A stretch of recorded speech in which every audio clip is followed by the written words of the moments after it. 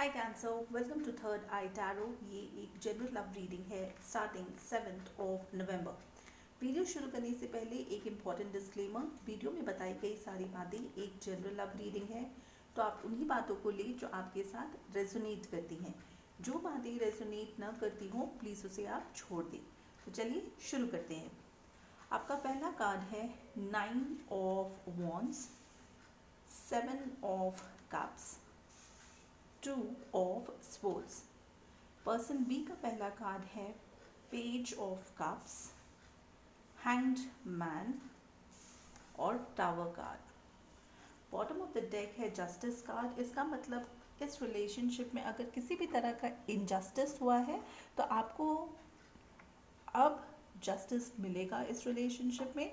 और कुछ केसेस में ऐसा भी हो सकता है कि अगर आप कोई लीगल केस में इन्वॉल्व है तो अब आपको उस लीगल केस में जो वर्डिक है वो आपके फेवर में होने वाला है ना। जो पहला सेट ऑफ कार्ड्स है वो आपकी एनर्जी को इंडिकेट करता है।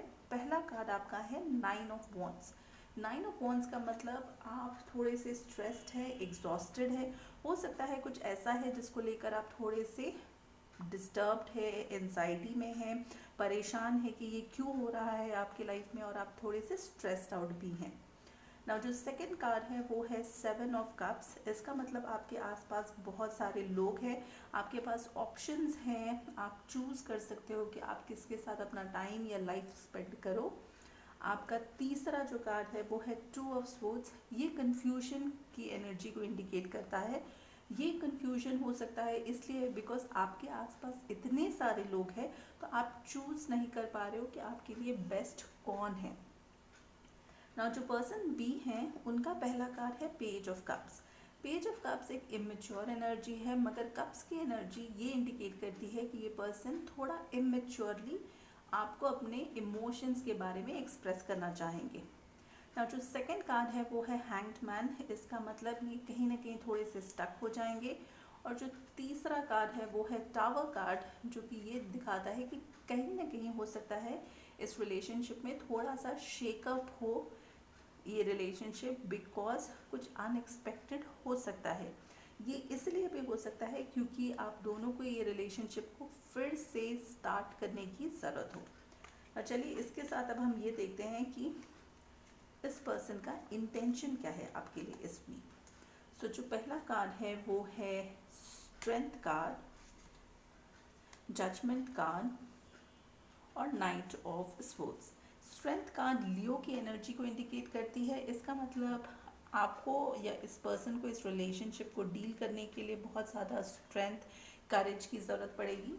जो सेकंड कार्ड है वो है जजमेंट कार्ड। इसका मतलब इन्होंने एक जजमेंट कॉल लिया है कि ये क्या करने वाले हैं, और जो इन्होंने डिसाइड किया है वो बहुत ही ज़्यादा रश्ड एनर्जी में वो आपको आकर बताएंगे, क्योंकि इनका जो तीसरा कार्ड है वो है नाइट ऑफ स्वॉर्ड्स, जो कि एक फास्ट मूविंग एनर्जी होती है। चलिए इसके साथ अब हम ये देखते हैं कि वो नॉलेज ऑरिकल कार्ड्स का क्या मैसेज है आप सभी के लिए। सो जो कार्ड का मैसेज है वो है कम्युनिकेशन इज़ द की।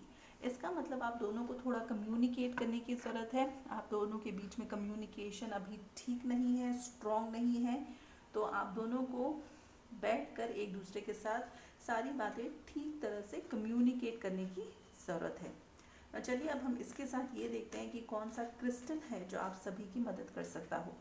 सो जो क्रिस्टल है वो है इलेस्टियल क्वार्ट्ज। क्रिस्टल का मैसेज है, are you ready to release blocks for yourself and mother earth?